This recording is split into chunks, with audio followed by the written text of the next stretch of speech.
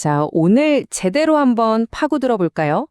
오늘의 이야기는요, 한 거대 기술 기업, 그리고 논란의 중심에 선 AI, 또 여기에 전 세계가 어떻게 반응했는지에 대한 겁니다. 4조 달러. 와, 이게 감이 오시나요? 이 어마어마한 숫자가 바로 최근 구글의 시가총액입니다. 그러니까 회사 전체의 가치죠. 역사상 이 정도의 가치를 인정받은 회사는 딱 세 곳밖에 없었거든요. 근데 구글이 바로 그 네 번째 주인공이 된 겁니다.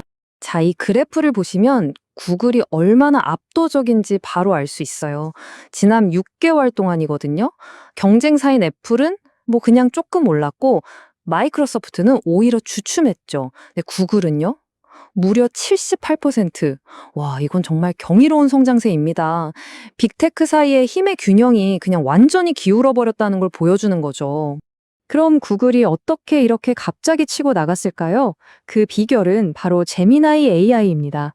최근에 이 제미나이가 경쟁사 AI들보다 훨씬 뛰어나다는 평가를 받으면서 AI 전쟁의 판도를 그냥 통째로 뒤집어 버린 거예요. 구글의 독주는 여기서 그치지 않습니다. 삼성은 이미 손을 잡았고요. 이어서 절대 안 그럴 것 같던 애플마저 시리에 제미나이를 넣기로 한 거예요. 와, 이건 진짜 큰 사건이죠. 사실상 전 세계 스마트폰 시장을 꽉 쥐고 있는 두 거인이 전부 구글 편에 선 거나 마찬가지니까요. 자, 근데 진짜 흥미로운 건 이겁니다. 투자의 귀재라고 불리는 워렌 버핏, 다들 아시죠? 그 워렌 버핏의 회사마저 움직이기 시작했다는 거예요.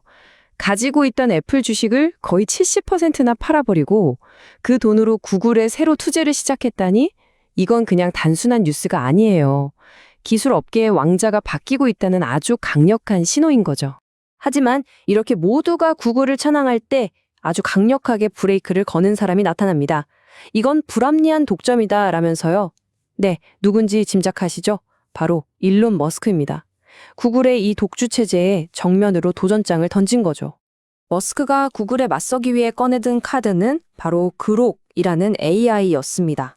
자신의 소셜미디어 플랫폼 X 있잖아요.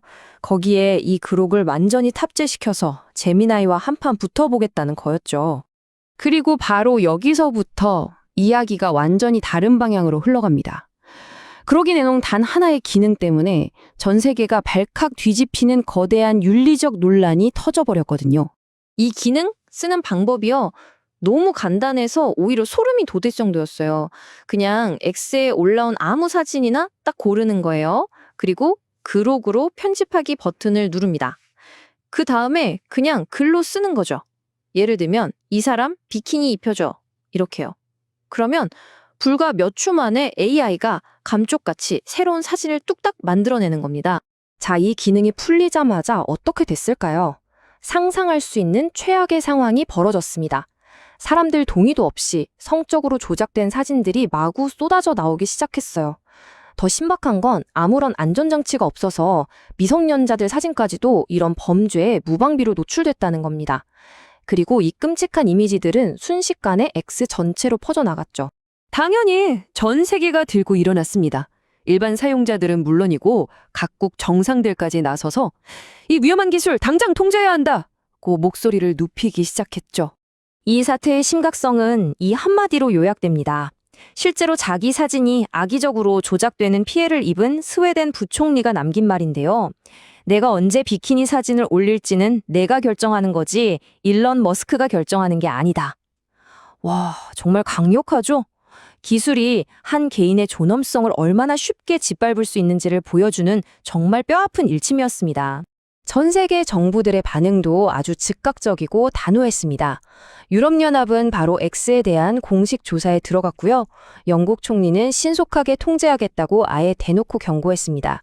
인도네시아는 세계 최초로 그록 접속을 막아버렸고 말레이시아도 임시로 사용을 금지시켰죠.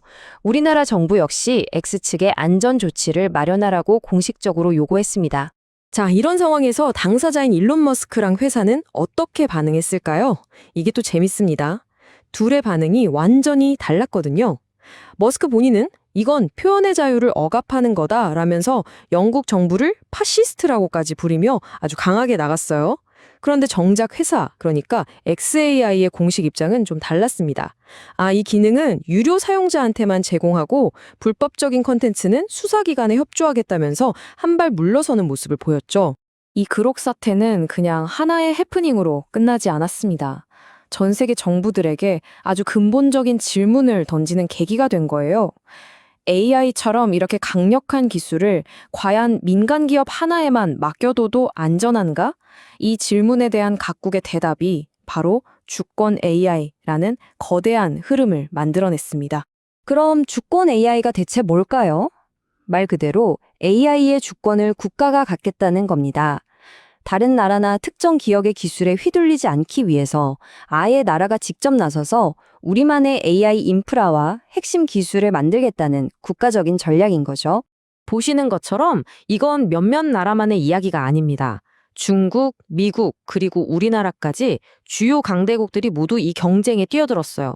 이건 단순히 누가 더 좋은 기술을 만드느냐의 문제가 아니에요. 미래의 디지털 영토를 확보하고 각자 자기 나라에 맞는 AI 윤리 기준을 세려는, 말하자면 새로운 기술 냉전이 시작된 거라고 볼 수도 있습니다. 우리나라가 이 경쟁에 얼마나 진심인지 보여주는 사례가 바로 이 넥스트 프론티어 프로젝트입니다. 이게 방식이 아주 살벌해요. 국내 최고의 기술 기업 5개를 모아놓고 6개월마다 평가해서 탈락시키는 서바이벌 오디션 같은 거죠. 얼마 전 1차 평가에서는 네이버 클라우드랑 NCAI가 아쉽게 탈락했고, 지금은 LG, SK텔레콤, 업스테이지 이렇게 3곳이 남아서 경쟁하고 있습니다. 최종 승자 한두 팀이 남을 때까지 이 무한 경쟁은 계속될 예정입니다. 자, 정리해볼까요? 구글의 독주로 시작해서 AI 기능 하나가 불러온 전 세계적인 논란, 그리고 결국 각 나라가 직접 AI 개발에 뛰어드는 주권 AI 경쟁까지. 오늘 이야기는 결국 하나의 질문으로 이어집니다. 여러분은 어떻게 생각하세요? 점점 더 막강해지는 이 AI의 힘, 그 열쇠는 과연 거대 기업이 쥐어야 할까요? 아니면 국가가 관리해야 할까요?